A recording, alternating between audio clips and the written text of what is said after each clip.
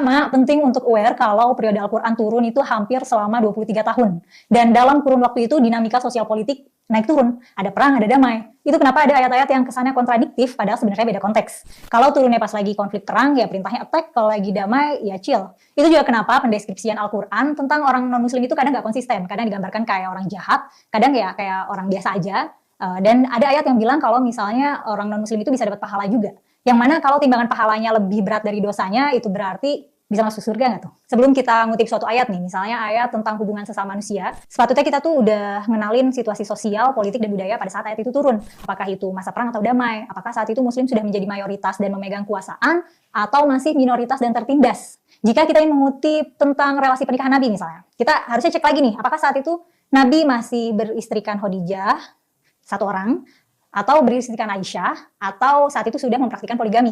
Nah, nggak ketinggalan juga nih, kalau kita ingin mengutip ayat tentang hukum, perlu diperhatikan apa sebab atau pemicunya ayat hukum tersebut turun, dan sudah sejauh mana implementasi hukum terkait hukum itu di masyarakat Arab pada. Assalamualaikum warahmatullahi wabarakatuh. Masih kembali di channel terbaru saya. Terima kasih pada teman-teman masih setia menonton, mendukung, menyaksikan konten dari channel ini. Jadi tentunya kita sudah mendengarkan bagaimana cuplikan videonya. Seperti yang kita ketahui bersama, di mana si Kumila ini mengakunya dia ini pernah mondok hafal Al-Quran 30 juz dan pernah jadi guru ngaji juga, tapi sekarang sudah keluar dari agama Islam.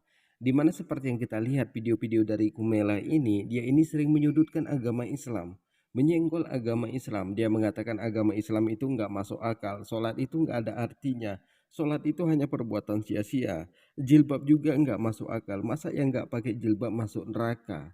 Kemudian dia ini mengatakan Al-Quran juga dongeng Nabi Muhammad SAW. Tapi sekarang dia mengatakan seperti ini, Al-Quran itu tidak turunnya itu tidak sekaligus. Dia itu seolah-olah mau menyudutkan agama Islam. Ini kitab suci yang nggak bisa dipercaya. Karena turunnya saja itu tidak sekaligus. Itu bertahap-tahap turunnya Al-Quran ini. Selama 22 tahun lebih turunnya Al-Quran ini. Jadi kepada teman-teman di sini jangan kemana-mana dulu, karena kita akan mendengarkan seperti apa penjelasan Ustadz Hadi Dayat tentang Al-Quran ini turunnya secara bertahap. Sebelum kita lanjutkan, silahkan subscribe dulu. Selamat menyaksikan. Al-Quran saat diturunkan kepada Nabi Muhammad SAW diturunkan sesuai dengan urutan-urutan kejadian-kejadian atau petunjuk-petunjuk yang dibutuhkan oleh Nabi saat Nabi beraktivitas di waktu itu. Jadi dari mulai misalnya pertama pengangkatan sebagai seorang Nabi turun Iqra 5 ayat kan.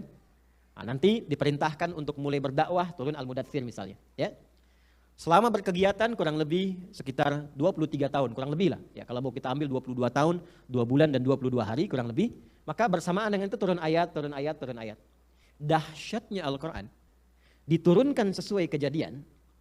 Ketika lengkap tuntas, diperintahkan Nabi SAW untuk membacakan sesuai dengan bimbingan malaikat, maka malaikat diperintahkan oleh Allah mengurutkan urutan ayat-ayat Quran yang telah turun itu sesuai dengan urutan baru yang susunannya Allah berikan petunjuk kepada malaikat, namanya tauqifi. Maka diurutkanlah dari Al-Fatihah sampai dengan An-Nas. Jadi nanti ada sesuai urutan dengan ayat-ayat turun, namanya asbabun nuzul, ya, atau yang dibutuhkannya. Dulu yang menghimpun itu adalah sahabat Ali bin Abi Thalib. Tapi kemudian setelah tuntas, selesai, maka diperintahkan Nabi melalui malaikat Jibril untuk membacakan Quran sesuai urutan yang Allah perintahkan dari Al-Fatihah sampai An-Nas. Itu yang ada sekarang. Dari urutan yang turun itu tersusun rapi, sempurna, diurutkan menjadi Al-Fatihah sampai An-Nas. 114 surah, 30 juz dalam Al-Qurannya, 6.236 ayat. Dahsyatnya apa? 2.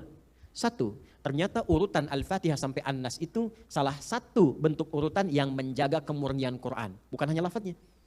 Jadi kalau kita mendalami satu ilmu tertentu yang memperhatikan urutan Quran, Quran itu jelas Pak, ada bagian tengahnya, faliyatalattaf di surah Al-Kahf itu. Jadi kalau kita baca dari situ ke belakang sampai ke depan, kita tahu itu tengahnya Quran. Jadi dengan membuka itu saja kita tahu nih kalau ada ayat yang kurang, ya, atau halaman yang hilang kita tahu tuh. Oh ini ada yang hilang nih, ini ada yang kurang nih.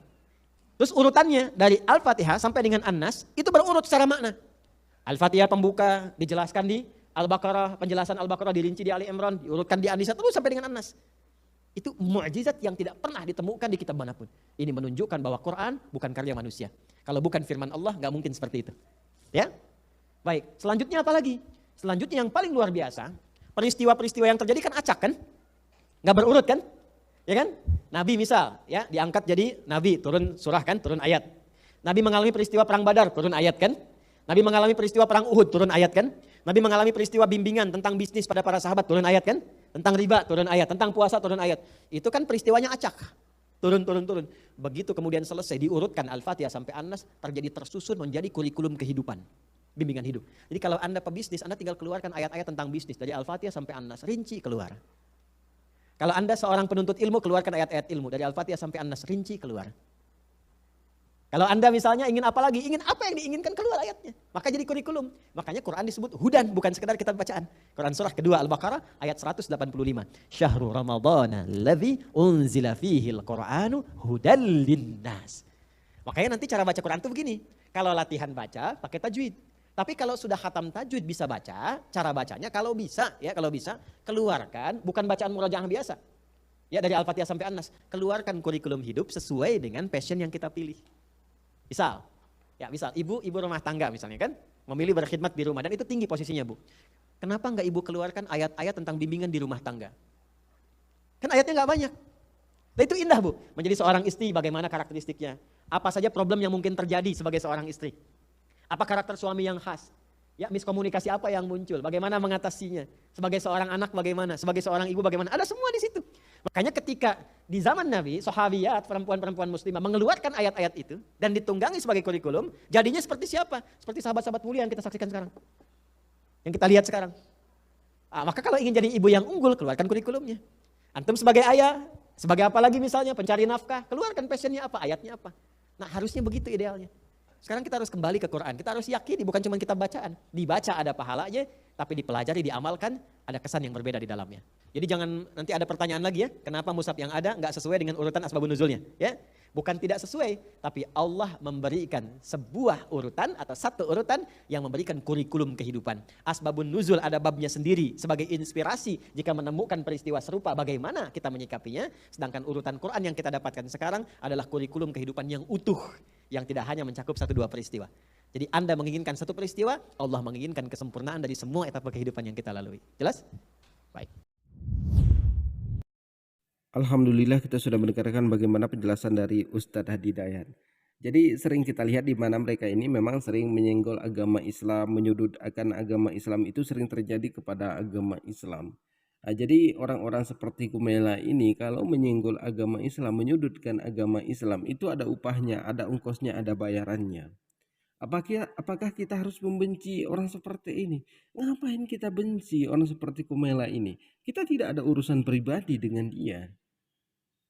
Kita itu jangan membenci dia, tapi kita doakan agar dia diberikan hidayah. Mungkin mata hatinya sekarang tertutup, ya kita berdoakan. Jadi dia ini kan mengatakan dia ini hafal Al-Quran 30 juz. Jadi kalau dia hafal Al-Quran 30 juz sama saja seperti ini. Kalau dia tidak mengimani, kita makan buah-buahan, kita itu hanya makan itu supaya kenyang, tapi kita tidak sempat menikmati makanannya. Sama saja, kita hafal Al-Quran, tapi kita tidak mengimaninya, sama saja. Jadi kita doakan saja, supaya dia ini diberikan hidayah oleh Allah Subhanahu wa Ta'ala.